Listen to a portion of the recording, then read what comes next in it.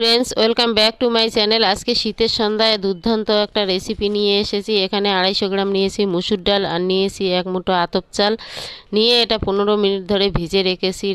राखार पर आमी एखन पानिटा झरिये निलाम। নিয়ে এখন দিয়ে দিয়েছি কয়েকটা কাঁচা লঙ্কা আর রসুনের কোয়াটা দিয়ে এটা আমি ভালো করে বেটে নেব। রসুনের কোয়াটা আর কাঁচা লঙ্কাটা, রসুনের কোয়াটা বেটে দেওয়ার কারণ হচ্ছে ভালো একটা ফ্লেভার আসে, আর কাঁচা লঙ্কাটা বেটে দিলে এটা টেস্টটা আলাদা হয়ে যায়। তার জন্য কাঁচা লঙ্কাটা বেটে দিলাম আর রসুনের কোয়াটাও বেটে দিলাম। দিয়ে এখন আমি চাল আর ডালটা যে আছে ওটাকে মিহি করে বাটবো না, এটা আদা বাটা করে নেব, কারণ আদা বাটা করলে পকোড়াটা দারুণ একটা সুন্দর মুসমুসে হয়ে যায়।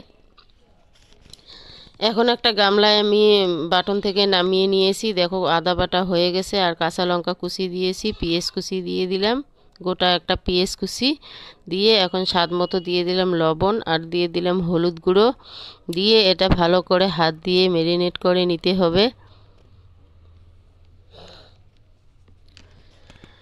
এটা দু তিন মিনিট ভালো করে হাত দিয়ে ম্যারিনেট করে নিলে একদম নরম হয়ে যায়।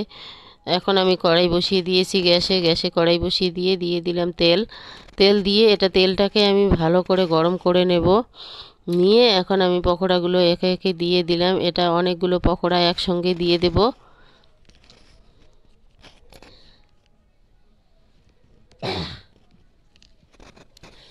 এখন পকোড়াগুলো দেওয়া হয়ে গেছে। এখন এটাকে আমি একটু 1 মিনিট ধরে জাল করব। জাল করার পরে আমি এখন খুন্তি দিয়ে এটাকে উল্টে দেব। এক সাইড হয়ে গেছে আর এক সাইডটা আমি ভেজে নেব।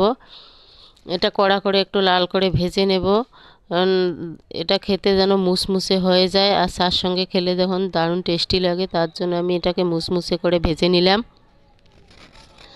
নিয়ে এখন গ্যাসটা আমি অফ করে দিয়ে এখন একটা মিক্সি বোল নিয়েছি। মিক্সি বোলে এক বাটি দিয়ে দিলাম বেসনটা দিয়ে এখন দিয়ে দিলাম কাশ্মীরি লঙ্কার গুঁড়ো, 1/2 টিস্পুন কাশ্মীরি লঙ্কার গুঁড়ো দিলাম। দেওয়ার পরে এখন দিয়ে দেব হলুদ গুঁড়ো দিয়ে দিলাম।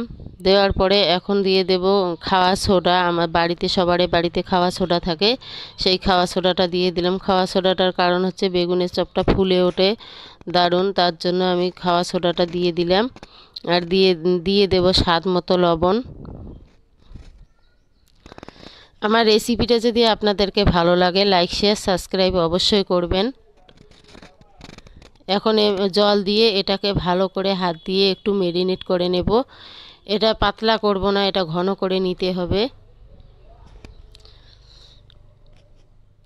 আবারও একটু জল দিয়ে এটা ভালো করে ম্যারিনেট করে নেব।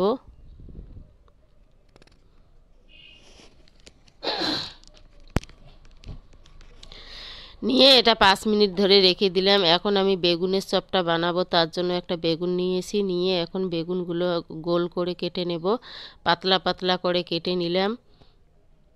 নিয়ে এখন বেগুনগুলো আমি প্রথমে ধুয়ে নেব। বেগুনগুলো ধুয়ে নিয়ে একটা সুতি কাপড় দিয়ে এগুলোকে সব ভালো করে একটু মুছে নিতে হবে, কারণ যাতে যেন জল লেগে থাকে না বেগুনগুলোতে। ওটা আমি এখন কড়াইতে যে তেলগুলো আছে পকোড়া ভেজে নিয়েছি, তেলটাকে এবার গরম করে নেব। নিয়ে এখন দিয়ে দিলাম চালের গুঁড়োটা দিলে একটু মুসমুসে হয়ে যায় চপটা। আর দিয়ে দিলাম কালো জিরে দিলে একটু ফ্লেভারটা আলাদা হয়ে যায়, তার জন্য আমি একটা বেগুনের চপ ভেজে নেব, ওটা আমি নামিয়ে নিয়েছি। এবার আর একটা দিয়ে দেব। দেখো কত সুন্দর ফুলে ওঠে।